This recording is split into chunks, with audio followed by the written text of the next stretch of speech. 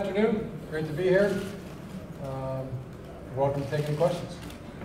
All right, we'll take our first question right down here in front of you. Hey Coach, Trevor Woods, Amazing Brew. I think you'd agree that one of the great things about football is the continuous change, the continuous evolution each year, each game. With that said, this is a new year, a new Michigan football team. When you wake up in the morning and go to work, what gets you excited about the 2018 version of your Michigan Wolverines?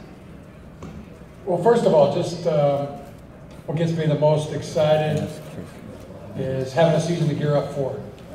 And that's pretty consistent with most of the people I talk to, whether it's high school players or coaches, college players, coaches, pro players, coaches. It's very excited at this point and thankful to have a season to gear up for. I've also talked to some other players or coaches that don't have a season to gear up for this year, and it's sad, but also feel very good that I have a season to gear up for. So chomping at the bit, ready to go, Trevor. Take our next question right down in front of us on the other side of the aisle.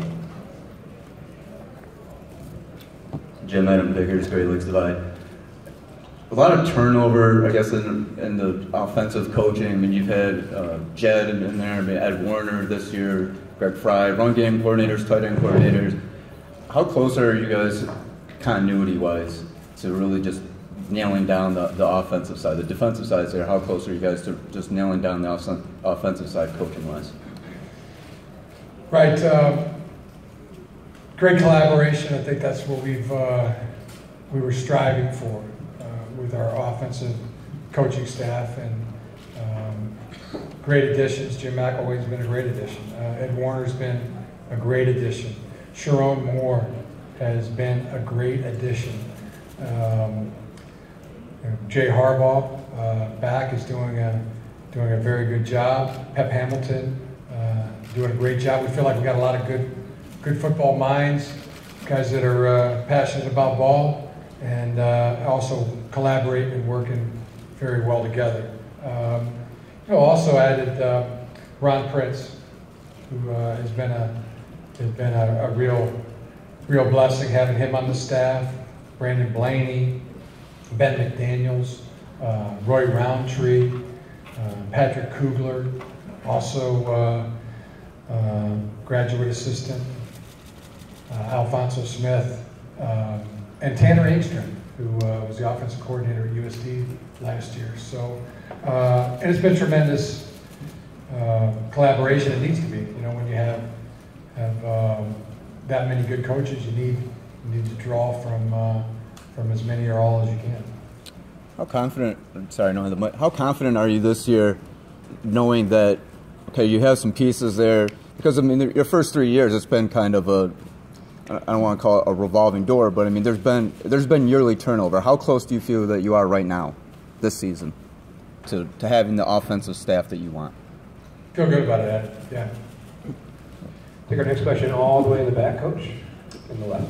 Conor O'Gara, Saturday Tradition. Coach, I've been asking other Big Ten coaches about, right over here. Where? Right over here. Our right over here? Our left, all the way in the back. I'll stand up for it. Okay. I've been asking other Big Ten coaches about just their overall thoughts on the effectiveness of the playoff system now that we've had 4 years to sort of digest this. Just what are your thoughts on just the effectiveness that you've seen? Thoughts on the playoff system? I guess the first thing that comes to mind is more would be more. More would be better. You know, in the playoffs, 4 in right now. Let's go to 8 and eventually get to 16. Coach, we'll take our next question on our right here in the second row in front. Dan Hope from 11 Warriors. Michigan hasn't beaten Ohio State in 6 seasons. How much do you hear about that, and how much pressure do you feel to change that this year? Yeah, we feel like just improvement. We need to improve, and that'll lead to success. It'll lead to championships. That's simple. Coach, we'll go all the way on our left here in the middle of the room. Coach Crowley Sullivan, Spartans Wire. A little bit of a follow-up on that question. Came into Ann Arbor with perhaps the most hype of any coach in the history of the Big Ten, maybe in all of college football. few years later, you've got a third place, and fourth place finish, and you're 1-5 against Michigan State and Ohio State. What do you have to do this year to demonstrate to the Michigan community that you are on the path to achieving what they hired you to achieve? Well, the improvement will lead to success, will lead to championships. We'll take our next question, Coach, right here on our right, second row on the end. Hey, Coach, over here. Loaded question. Where? Over here. Our right, Coach. Paul Banks with sportsbank.net. In past years, you've visited the soccer teams that have played in the big house. When they've had these big games, you've done some promotional events with them. Do you have plans to go to the game this week, or to do any kind of visiting with the teams, anything like that coming up? Yeah, really would love to see it. So plan on going to the game, and each year I've made it a point to go over and talk to the players and coaches. You know, I know they're busy too, but it's always good, inspiring, and you always learn a couple things, which is good. Yeah, we're excited to have them.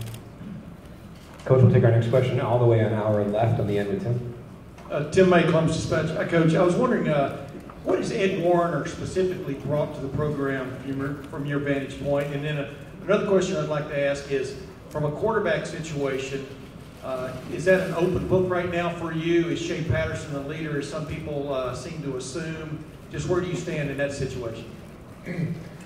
Well, Ed has done a tremendous job. He's really brought a lot of enthusiasm, wealth of knowledge, tremendous experience with coaching in the Big Ten, and just a good dude.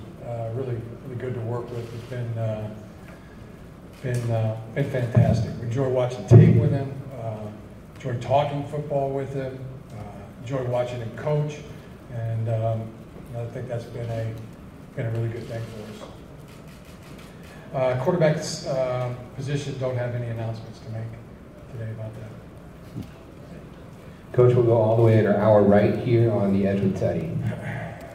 Hey Jim, Teddy Greenstein from the Chicago Tribune. Any concerns with if you went to 8 or 16 team playoff?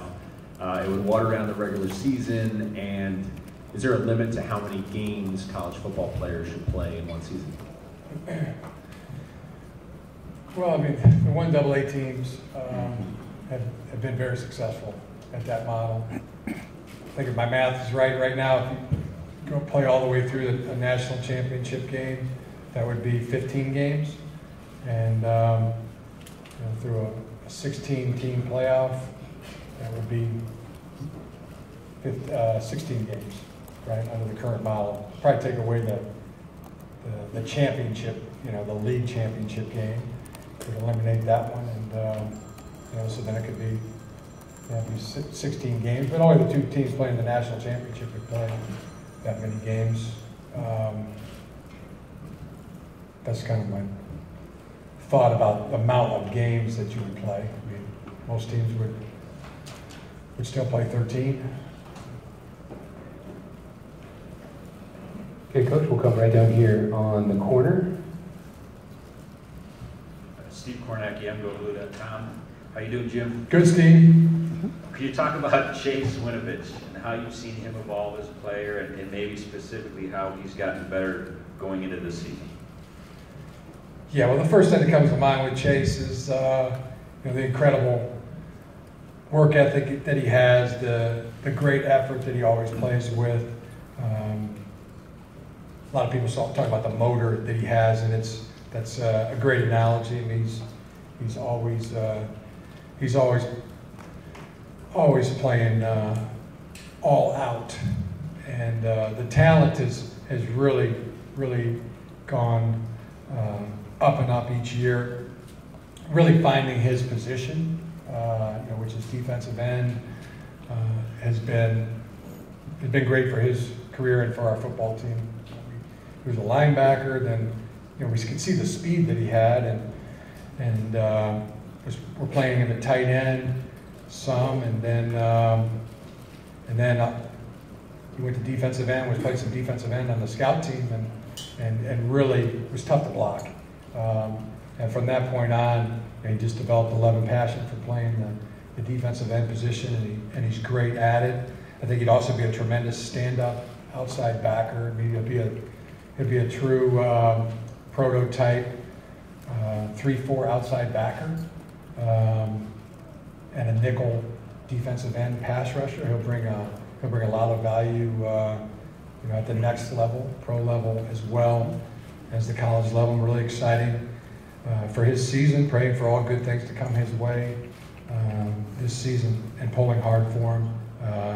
He's a Go Blue guy all the way. Enthusiasm and energy is infectious in a real positive way, productive way for a football team. Coach will come right back down directly in front. Coach, I was talking to Brady Quinn a little bit ago. He thinks quarterback Shea Patterson could be become one of the best pure passers in college football. And I know it's a meritocracy. There's a competition that needs to unfold in August. You got Dylan McCaffrey, Joe Milton, some other guys.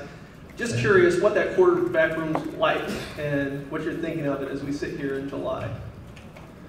Sure. So, it was very valuable. Shea Patterson went through all the spring practice with our team, and got great work in there. Played really well. Brandon Peters was also improved this spring. Dylan McCaffrey probably had made the most improvement of any quarterback on our roster. Joe Milton came in and was a mid-year, so participated in spring practice as well, and did very well. I think he's got a very, very bright future. And Michael Sessa has done a fantastic job. Buck West moved over from safety and receiver. Now he's going to play both quarterback and receiver, and that's been our quarterback room. And I would say overall it's better as a group than where we were last year. And I feel like our starting quarterback, will also be better, play better. And so that's how I would evaluate the room. Coach will come right back down in front here across the aisle. Jim, your thoughts on with Karan being on the Dope Walker watch list? I mean, there's Miles Sanders from Penn State, J.K. Dobbins from Ohio State, Jonathan Taylor from Wisconsin. What are your thoughts just on the not only Karan's improvement, but just the overall complexion of running backs in the Big Ten? Well, there's always been a great tradition of great running backs in the Big Ten. Always has, is, and probably always will be. Karan Higdon is an outstanding football player. I always think of Karan and Chris Evans. Karan Higdon and Chris Evans, like they're both great. They're both really, really good players, and that bodes really well for our football team.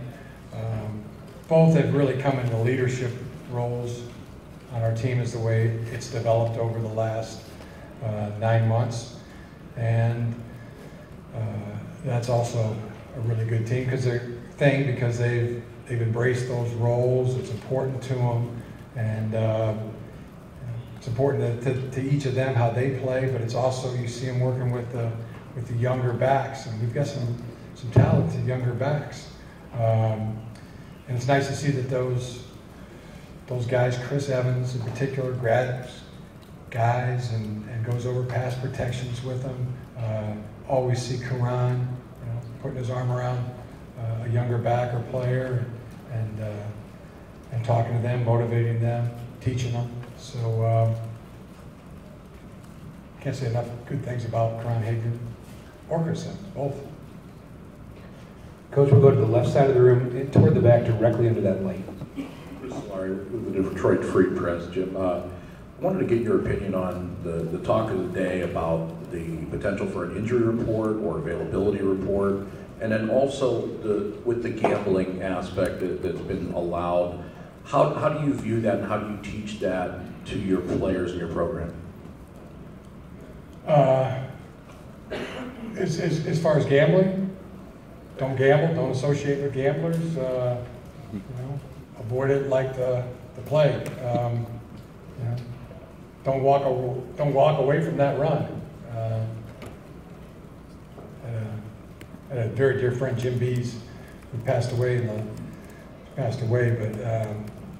great businessman. He owned muffler shops, and he would talk about, hey Jim, what do you think about this investment here? He goes, I wouldn't walk away from that investment, I'd run. It's always stuck with me. That'd be the same advice I'd give players as it relates to gambling in any form or fashion. For the injury report, Injury report? Yeah, you've obviously dealt with that at the pro level, which not a lot of college coaches have dealt with. Yeah, be fine with that. Want to do an injury report? We can do an injury report. All right, Coach, thank you very much. That's all. Thank you. This concludes our opening media session with coaches. Coaches and students will be available at their respective podium sessions in Chicago Room ABCD starting now.